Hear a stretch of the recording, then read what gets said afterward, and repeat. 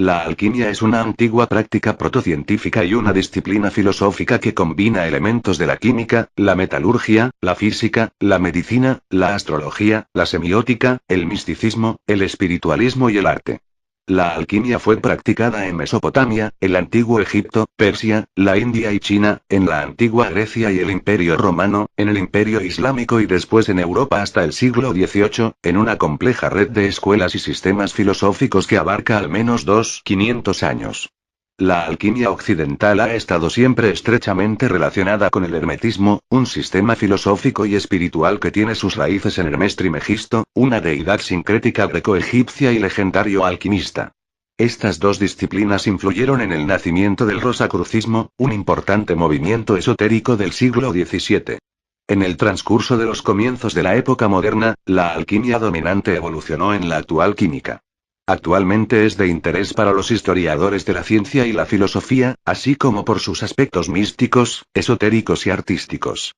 La alquimia fue una de las principales precursoras de las ciencias modernas, y muchas de las sustancias, herramientas y procesos de la antigua alquimia han servido como pilares fundamentales de las modernas industrias químicas y metalúrgicas. Aunque la alquimia adopta muchas formas, en la cultura popular es citada con mayor frecuencia en historias, películas, espectáculos y juegos como el proceso usado para transformar plomo, u otros elementos, en oro. Otra forma que adopta la alquimia es la de la búsqueda de la piedra filosofal, con la que se era capaz de lograr la habilidad para transmutar oro o la vida eterna. En el plano espiritual de la alquimia, los alquimistas debían transmutar su propia alma antes de transmutar los metales. Esto quiere decir que debían purificarse, prepararse mediante la oración y el ayuno. La percepción popular y de los últimos siglos sobre los alquimistas, es que eran charlatanes que intentaban convertir plomo en oro, y que empleaban la mayor parte de su tiempo elaborando remedios milagrosos, venenos y pociones mágicas. Fundaban su ciencia en que el universo estaba compuesto de 4 elementos clásicos a los que llamaban por el nombre vulgar de las sustancias que los representan, a saber, tierra, aire, fuego y agua, y con ellos preparaban un quinto elemento que contenía la potencia de los 4 en su máxima exaltación y equilibrio. La mayoría eran investigadores cultos, inteligentes y bien intencionados, e incluso distinguidos científicos, como Isaac Newton y Robert Boyle. Estos innovadores intentaron explorar e investigar la naturaleza misma. La base es un conocimiento del régimen del fuego y de las sustancias elementales del que tras profundas meditaciones se pasa a la práctica, comenzando por construir un horno alquímico. A menudo las carencias debían suplirse con la experimentación, las tradiciones y muchas especulaciones para profundizar en su arte. Para los alquimistas toda sustancia se componía de 3 partes: mercurio, azufre y sal, siendo estos los nombres vulgares que comúnmente se usaban para designar al espíritu, alma y cuerpo. Estas 3 partes eran llamadas principios. Por manipulación de las sustancias y a través de diferentes operaciones, separaban cada una de las 3 partes que luego debían ser purificadas individualmente, cada una de acuerdo al régimen de fuego que le es propicia, la sal con fuego de fusión y el mercurio y el azufre con destilaciones recurrentes y suaves. Tras ser purificadas las 3 partes en una labor que solía conllevar mucho tiempo, y durante el cual debían vigilarse los aspectos planetarios, las 3 partes debían unirse para formar otra vez la sustancia inicial. Una vez hecho todo esto, la sustancia adquiría ciertos poderes. A lo largo de la historia de esta disciplina, los aprendices de alquimista se esforzaron en entender la naturaleza de estos principios y encontraron algún orden y sentido en los resultados de sus experimentos alquímicos, si bien a menudo eran socavados por reactivos impuros o mal caracterizados, falta de medidas cuantitativas y nomenclatura hermética. Esto motivaba que, tras años de intensos esfuerzos, muchos acabaran arruinados y maldiciendo la alquimia. Los aprendices por lo general debían empezar por trabajar en el reino vegetal hasta dominar el régimen del fuego, las diversas operaciones y el régimen del tiempo. Para diferenciar las sustancias vulgares de aquellas fabricadas por su arte, los alquimistas las designaban por el mismo nombre de acuerdo a alguna de sus propiedades, si bien procedían a añadirle el apelativo de filosófico o nuestro. Así, se hablaba de nuestra agua para diferenciarla del agua corriente. No obstante, a lo largo de los textos alquímicos se asume que el aprendiz ya sabe diferenciar una de otra y, en ocasiones, explícitamente no se usa, ya que de acuerdo al arte hermético no se debe dar perlas a los cerdos, razón por la que muchos fracasaban al seguir al pie de la letra las diferentes recetas. La iluminación solo se alcanzaba tras arduos años de riguroso estudio y experimentación. Una vez que el aprendiz lograba controlar el fuego, el tiempo de los procesos y los procesos mismos en el reino vegetal, estaba listo para acceder a los arcanos mayores, esto es, los mismos trabajos en el reino animal y mineral. Sostenían que la potencia de los remedios era proporcional a cada naturaleza.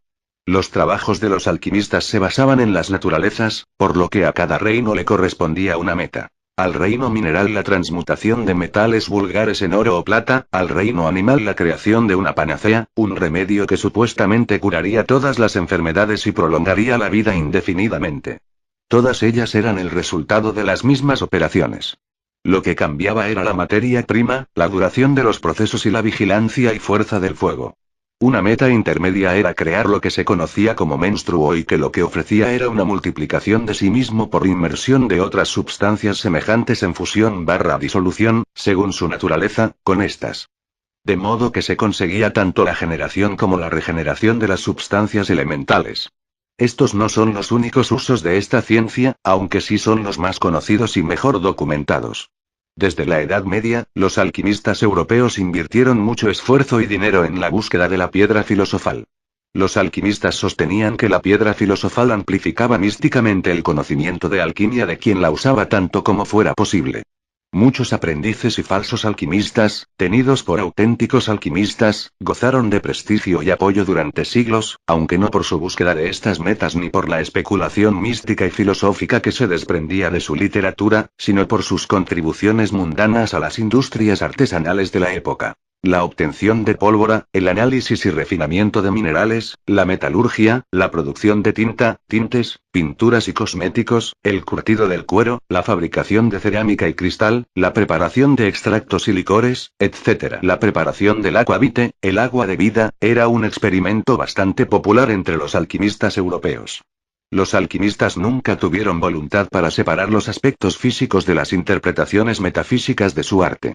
La falta de vocabulario común para procesos y conceptos químicos, así como también la necesidad de secretismo, llevaba a los alquimistas a tomar prestados términos y símbolos de la mitología bíblica y pagana, la astrología, la cábala y otros campos místicos y esotéricos, de forma que incluso la receta química más simple terminaba pareciendo un obtuso conjuro mágico.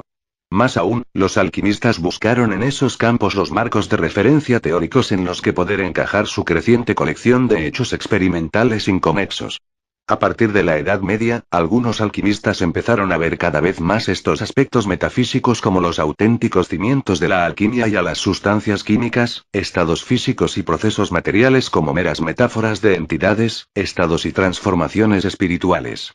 De esta forma, tanto la transmutación de metales corrientes en oro como la panacea universal simbolizaban la evolución desde un estado imperfecto, enfermo, corruptible y efímero hacia un estado perfecto, sano, incorruptible y eterno. Y la piedra filosofal representaba entonces alguna clave mística que haría esta evolución posible. Aplicadas al propio alquimista, esta meta gemela simbolizaba su evolución desde la ignorancia hasta la iluminación y la piedra representaba alguna verdad o poder espiritual oculto que llevaría hasta esa meta. En los textos escritos según este punto de vista, los crípticos símbolos alquímicos, diagramas e imaginería textual de las obras alquímicas tardías contienen típicamente múltiples capas de significados, alegorías y referencias a otras obras igualmente crípticas. Y deben ser laboriosamente descodificadas para poder descubrir su auténtico significado.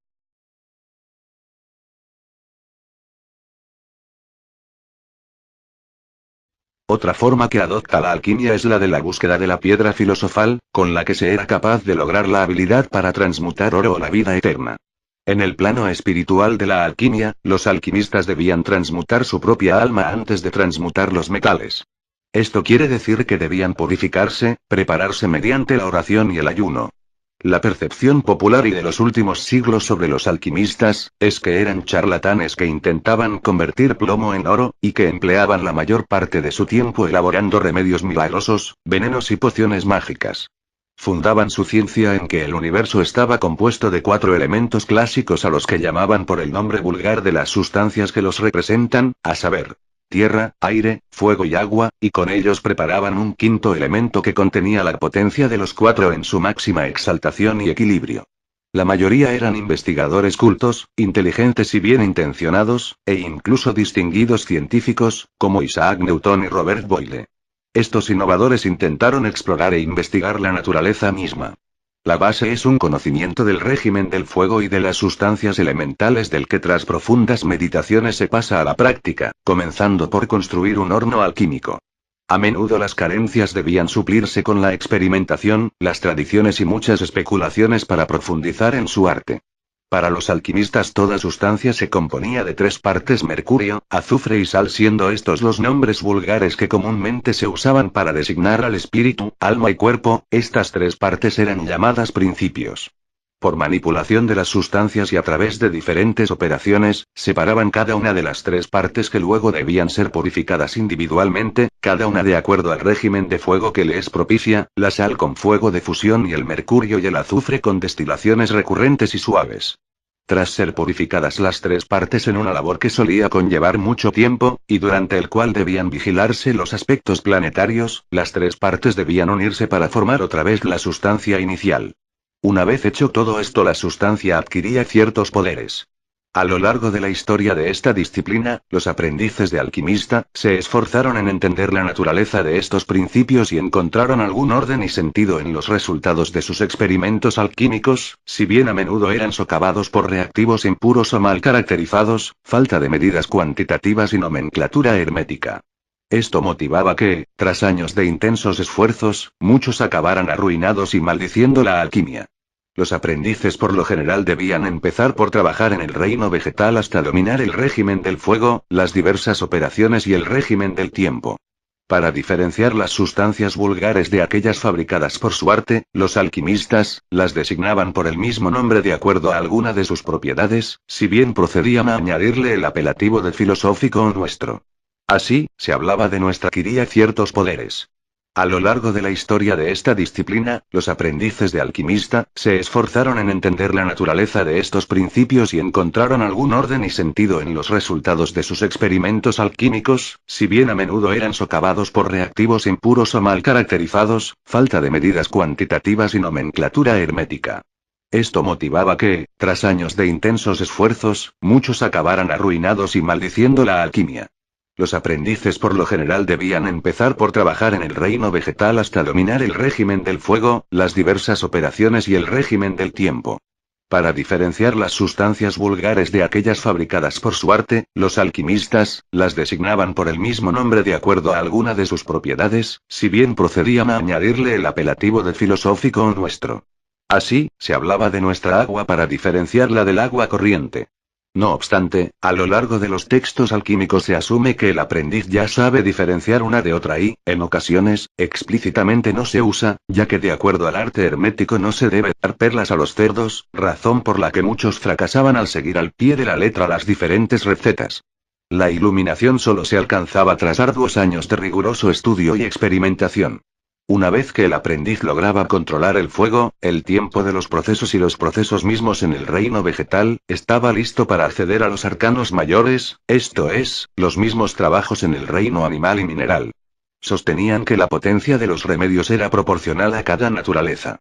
Los trabajos de los alquimistas se basaban en las naturalezas, por lo que a cada reino le correspondía una meta. Al reino mineral la transmutación de metales vulgares en oro o plata, al reino animal la creación de una panacea, un remedio que supuestamente curaría todas las enfermedades y prolongaría la vida indefinidamente.